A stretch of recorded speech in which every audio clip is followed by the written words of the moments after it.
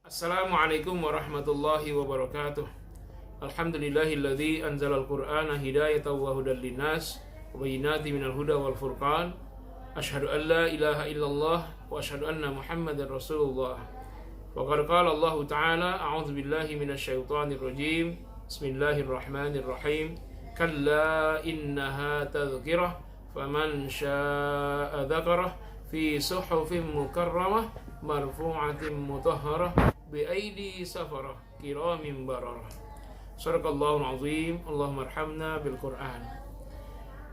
Bapak Ibu guru yang saya muliakan, kepala sekolah Bait Qur'ani yang saya muliakan, para wali santri Bait Qur'ani yang saya muliakan, dan anak-anak sekalian, para santri yang saya sayangi dan saya cintai. Alhamdulillah, kita bersyukur pada Allah Subhanahu wa taala. Pada hari ini anak-anakku sekalian akan diwisuda untuk pendidikannya karena sudah selesai, alhamdulillah. Dan di antara kalian ada yang sudah hafal 3 juz, 4 juz, bahkan ada yang 10 juz. Pertama, Ustaz mengucapkan selamat kepada para santri yang akan berwisuda. Kemudian salawat dan salam semoga senantiasa dilimpah curahkan buat junjungan tercinta Nabi Muhammad sallallahu alaihi wasallam yang telah menyampaikan risalah Allah Subhanahu wa taala, yaitu Al-Qur'an ini kepada seluruh manusia, ya, dengan sangat jelas sehingga kita pun jelas dalam mengamalkan tuntunan Al-Qur'an ini. Anak-anakku sekalian, dengan diwisudanya kalian pada hari ini bukan berarti selesai pula belajar Al-Qur'an. Tetap lanjutkan belajar Al-Qur'an. Berjuanglah terus untuk Al-Qur'anul Karim. Walaupun masa berganti, walaupun kondisi berubah, sekarang sedang wabah corona, ataupun nanti wabah sudah selesai, tetaplah berjuang untuk Al-Quran, tetaplah mengamalkan syariat sesuai dengan tuntunan Al-Quranul Karim. Ini adalah tantangan kita, ya, karena orang yang bersama Al-Quranul Karim adalah orang-orang yang membawa, ya, Al-Quran kepada manusia sebagai duta-duta Allah Subhanahu wa taala. Allah Subhanahu wa taala berfirman dalam surat Abasa, ya, kalla innaha tadhkirah, sekali-kali tidak, sesungguhnya Al-Quran ini adalah tadhkirah, peringatan dari Allah Subhanahu wa taala. Faman syaa'a dzakarah, barang siapa yang ingin maka dia senantiasa mengingat Al-Quran ini untuk menjadi peringatan bagi orang-orang. Fi suhufin mukarramah, ada di dalam lembaran-lembaran yang dimuliakan, marfu'atin mutahharah, yang ditinggikan dan disucikan, ya, bi aidi safarah, lewat, ya, tangan-tangan safarah, duta-duta Allah Subhanahu wa taala, kiramim bararah, yang sangat mulia, yang sangat dalam ketaatannya kepada Allah Subhanahu wa taala. Jadi ahlul Quran ini adalah safarah, duta Allah Subhanahu wa taala. Karena disebut duta Allah menempati posisi yang sangat mulia. Nah, malaikat Jibril adalah safarah, duta Allah. Kenapa? Malaikat Jibril membawa Al-Quran dari Allah sampai kepada Nabi Muhammad. Karena itu malaikat Jibril safarah. Kemudian Nabi Muhammad SAW adalah safarah. Kenapa? Membawa Al-Quran yang diterima dari Allah lewat malaikat Jibril disampaikan kepada sahabat. Maka Nabi Muhammad safarah. Begitupun sahabat menyebarkan Al-Quran ke seantero bumi ini, ya, baik ketika masih hidup Nabi maupun setelah wafatnya, sampai ke Afrika Utara, Irak, sampai ke Syam semua.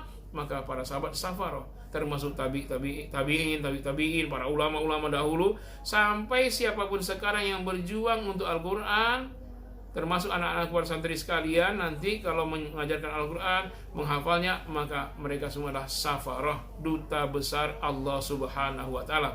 Ini sebuah amanat yang sangat besar bagi kita untuk kita pikul. Nah, kepada para bapak ibu sekalian, kita pun bisa menjadi safarah, ya, duta besar Allah dalam membawa Al-Quran ini.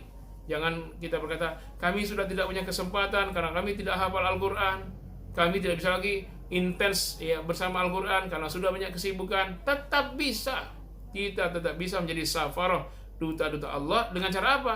Menjadi orang yang menjadi sarana untuk Al-Quran, baik secara langsung, ya, kita mengajarkan Al-Quran, atau secara tidak langsung dengan dana kita membiayai para santri-santri menghafal Al-Quran, terutama mereka yang duafa, yang yatim, kita biayain, akhirnya mereka menjadi penghafal Quran. Maka wasilah dari dana kita dan perjuangan kita pun menjadi safarah. Kemudian yang paling instan, kalau kita ada biaya, maka berwakaflah untuk sarana pembangunan, ya, untuk pembangunan sarana para penghafal Quran, pondok pesantren tahfiz, rumah-rumah tahfiz. Maka dengan berwakaf otomatis kita langsung jadi safarah, yaitu duta-duta Allah yang menyebarkan Al-Quran Karim, karena di situ nanti Al-Quran akan dihafalkan, Al-Quran dipelajari, Al-Quran diajarkan kepada santri masyarakat, sehingga amal jariahnya mengalir untuk kita semua. Selain safarah, hadis Nabi menyebutkan bahwa ahlul Quran itu, ya, bahwa orang yang bersama Al-Quran itu ahlullah, keluarga Allah di muka bumi.